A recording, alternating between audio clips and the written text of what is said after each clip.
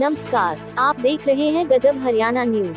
संयुक्त किसान मोर्चा के आह्वान पर वीरवार को 3 कृषि कानूनों के विरोध में किसान रेल रोको आंदोलन कर रहा है, जिसको लेकर कैथल और कुरुक्षेत्र का किसान क्षेत्र के थीम पार्क में एकत्रित हुए। इसके बाद सभी किसान कुरुक्षेत्र रेलवे स्टेशन की ओर पहुँचे, जहाँ किसानों ने दिल्ली अमृतसर रेल मार्ग पूरी तरह से ठप कर दिया।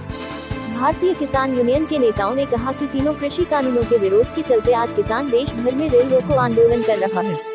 जब तक केंद्र सरकार इन कृषि कानूनों को वापस नहीं ले लेती, तब तक किसानों का आंदोलन यूं ही लगातार जारी रहेगा। उन्होंने कहा कि शाम 4 बजे तक जिला कुरुक्षेत्र के मुख्य स्टेशन पर रेल मार्ग अवरुद्ध किया गया है।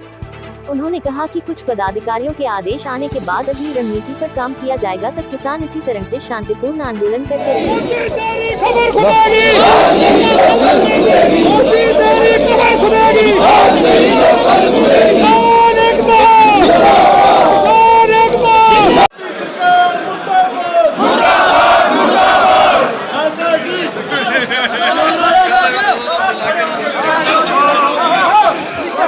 किसान एक शांति प्रिय हैं और ये शांति प्रिय ही अपनी मेहनत करते हैं। खून पसीने की जो कमाई हुई रोटी ये जन जन तक घर घर तक पहुंचाते हैं। जो आज संयुक्त मोर्चे की तरफ से आह्वान हुआ था कि आज हमने रेल रोको आंदोलन करना है, जैसे कि आपने पहले देखा था जीटी रोड पे भी जाम लगाया था। जब तक काले कानून वापस नहीं होंगे तो ये आंदोलन ऐसे ही चलता रहेगा। हर जगह पर इसी तरह से किसानों का लंगर चलता रहेगा। आज इसी धरने में मुख्य कहाँ के किसान पहुँचे हैं? इस धरने में मुख्य सिर्फ कुरुक्षेत्र जिले के किसान हैं। ऐसा है, ये संयुक्त किसान मोर्चे से कॉल आई थी 18 तारीख को रेल रोको, मतलब 12 बजे से लेकर और 4 बजे तक।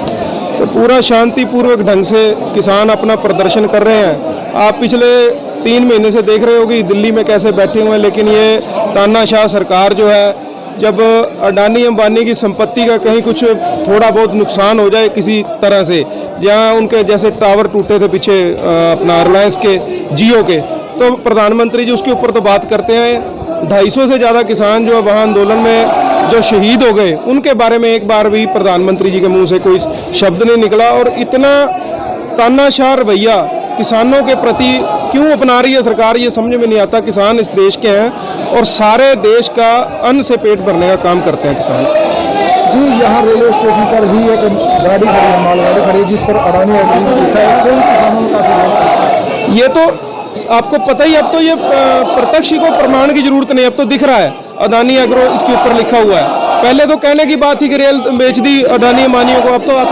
आप खुद समझदार हो। आपके माध्यम से हम सारे देश को ये बताना चाहते हैं कि मोदी जी किस तरह से देश की संपत्ति जो है पूंजीपतियों के हाथों बेचने का काम कर रहे हैं, और ये कैसे देश नहीं बिकने दूंगा, आज खुद ही देश को बेच रहे हैं।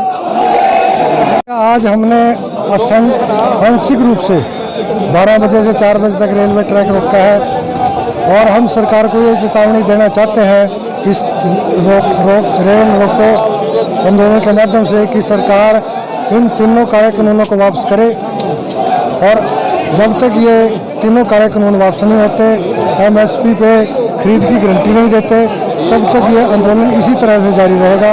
और जब तक किसानों के खून का एक एक कतरा बचा है, तब तक हम आखिरी दम तक इस लड़ाई को लड़ते रहेंगे। जिस तरह से हरियाणा के कृषि मंत्री का बयान आता है और बाद में माफी मांग लेते हैं, और उसके बाद फिर एक बयान देते हैं कि मेरे से माफी जो है दबाव में दिलाई गई है, क्या कहेंगे? देखिए, मैं तो इसको दुर्भाग्य मानता हूँ कि ऐसे बेहुदा लोग जो मंत्री बने हैं, हमारे प्रदेश का दुर्भाग्य है, क्योंकि हमारे कृषि मंत्री नहीं, शिक्षा मंत्री हैं, वो भी अनपढ़ आदमी हैं।